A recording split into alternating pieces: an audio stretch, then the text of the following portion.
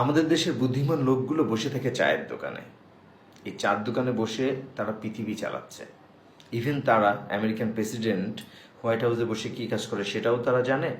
রাশিয়ার president Vladimir Putin সে তার অফিসে বসে কী কাজ করে, ইউক্রেনের ভবিষ্যৎ কী, ইরানের ভবিষ্যৎ কী, পাকিস্তানের ভবিষ্যৎ কী, ভারত কী করতে পারে, বাংলাদেশের শেখ হাসিনা কী করতেছে সেটাও তারা জানে।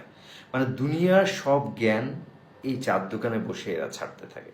আমার মনে হয় আমাদের যে ট্যালেন্ট হান্ট যে প্রতিযোগিতাগুলো হয়, সেই প্রতিযোগিতার মধ্যে একটা প্রতিযোগিতা করা হচ্ছে জ্ঞানী লোকের সন্ধান।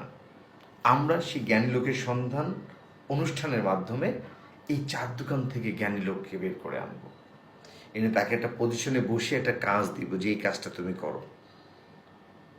দেখব তার জ্ঞান কতটুকু, তার দৌড় কতটুকু, এটা করা উচিত।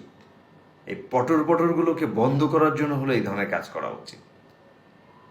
যখন কেউ জ্ঞান দেবে সাথে সাথে ধরে নিয়ে যেতে হবে, নে এবার তুই এই কাজটা করতে দেখি কেমনে পারিস। মনে রাখবেন, জ্ঞান দেয়া খুব সহজ, সেটাকে ইমপ্লিমেন্ট করা খুব কঠিন। এই জন্য বাংলাদেশের মানুষ শুধু জ্ঞান দেয় কিন্তু কাজ করে না। কারণ ওই যে বললাম, জ্ঞান দেয়া সহজ, কাজ করা কঠিন। এই জন্য কাজের লোক হন, এসব ফালতু জ্ঞান না দিয়ে কাজ করুন।